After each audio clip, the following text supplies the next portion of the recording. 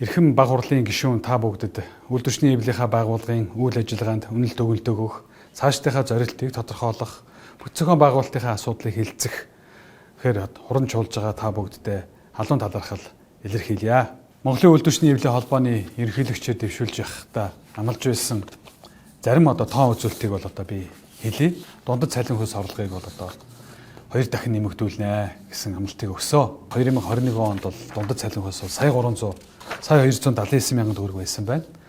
За 2024 оны сүүл буюу өнөөдөр бол дундад цалин хөлс орлого маань 2 сая 400 орчим мянган төгрөг буюу даруй сая 100 орчим мянган төгрөг дунджаар нэмэгдсэн байна. Мөн 10 гаруй жил яригдсан хөдөө орон нутгийн нэмэгдлийн асуудлуудыг бол шийдвэрлэхэд засгийн газартаа хэлцээр хийж аймгийн төвд 20%, за сум орон нутагт 40% нэмэгдлийг олгуулж чадсан.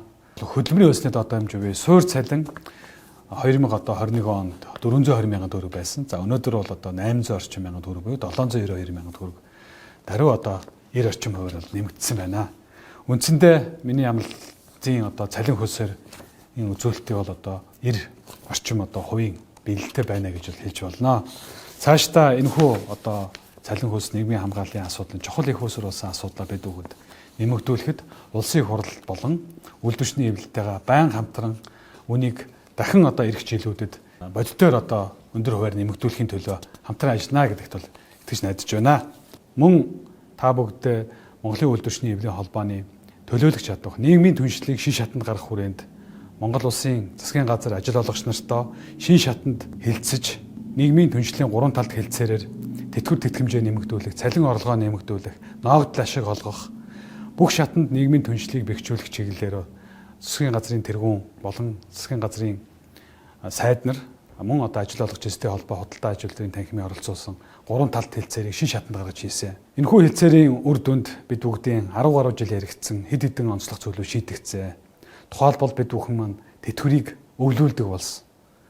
Мөн тэтгэврийг 7 жилээр тооцдог байсныг иргэн 5 жилээр тооцдог болсон. Тэтгэвэр тэтгэмжийн шийдвэрлэхдээ алдах банк санхүүгийн байгууллагуудад системийн банкнд хийх найдвартай их усрыг бий болгож мөн Монголын үйлдвэрчний эвлийн холбооны төлөөлөх чадвар буюу нийгмийн даатгалд эрүүл мэндийн даатгалын үндэсний зөвлөлд үндсэндээ нэг гишүүн байдаг байсныг үндсэнд нь 3 гишүүн ордог бүрэн эрхээ төлөөлөх чадвараа буцаан олж авсан.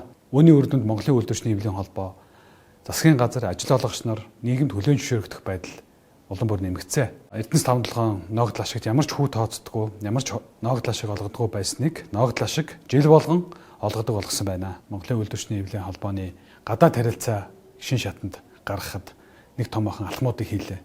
Тухайлбал олон улсын үйлдвэрчний эвлийн холбооны удирдах зөвлөлд анх удаа Монголын үйлдвэрчний эвлийн холбооны удирдлагын хувьд оролцож удирдах зөвлөлийн гишүүнээр сонгогдсон. Үүний үр дүнд Монголын үйлдвэрчний эвлийн холбоо нь гадаад дотоодод хүлээн зөвшөөрөгдөх байдал нэмэгдсэн гэж үзэж байгаа. Тухайлбал Төв Азийн үйлдвэрчний эвлийн холбооны удирдах зөвлөлд дэд ерөнхийлөгчөөр ажиллах сонголт ажлыг хийсэн.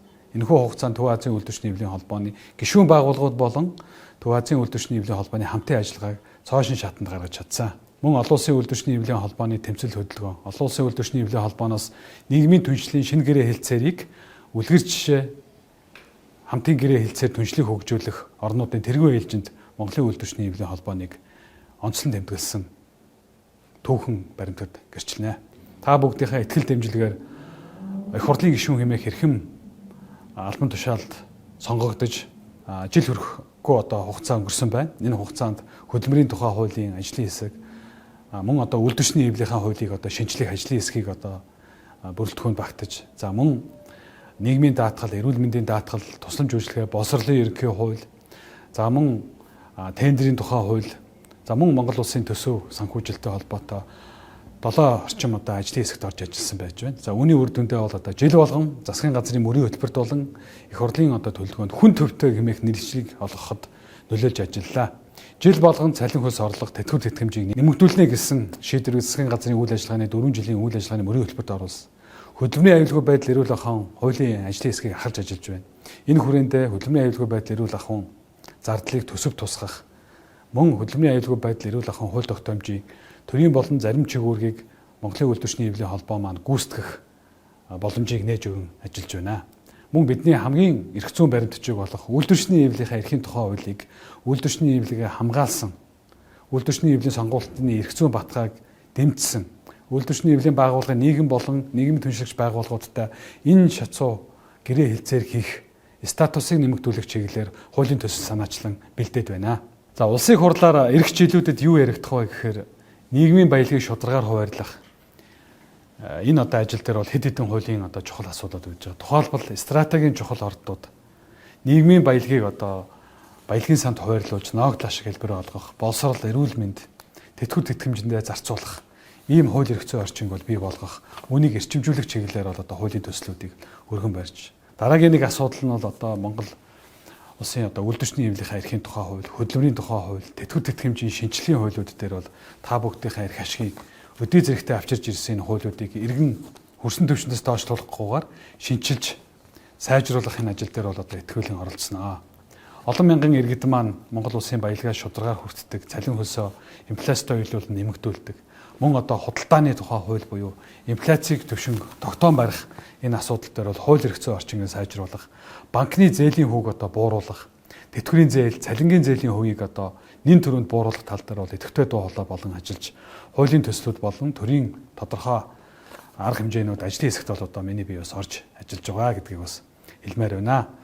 20 гаруй жилийн хугацаанд жирийн үйлдвэрчний эвлийн зохион байгуулагчаасаа Монголын үйлдвэрчний эвлийн холбооны ерөнхийлөгч болтол ажиллах хугацаанд мөн төрийн тишээ болоход та бүгд маань дэмжлэж тусалж байсан явдал бол туйлыг баярлж байна. Тэгэхээр цаашдаа та бүгдийнхээ итгэлийг алдахгүйгээр үйлдвэрчний эвлэл нийгмийнхаа бүлэг, ажилчин ангийнхаа нийгмийн бүлгийн төлөө улам хичээн ажиллах болно. Цаашдаа Монголын үйлдвэрчний эвлийн холбоо та бүгд маань үйлдвэрчний эвлийн байгууллагын үйл ажиллагааны улам эрчимжүүлж, үйлдвэрчний эвлийн байгууллагынхаа эв нэгдлийг хичээж, нийгмийн чухал институцийн хувьд үйлдвэрчний эвлийн байгууллага маань хөгжил дэвшлийнхаа замд бол тууштай орох нь зүйтэй. Төр болон нийгмийн дуу хоолой болж ажиллаж байгаагийн хувьд надад байнгын дэмжлэг, санал, шүүмж, хүсэлт ирүүлдэгт туйлыг баярлж байна.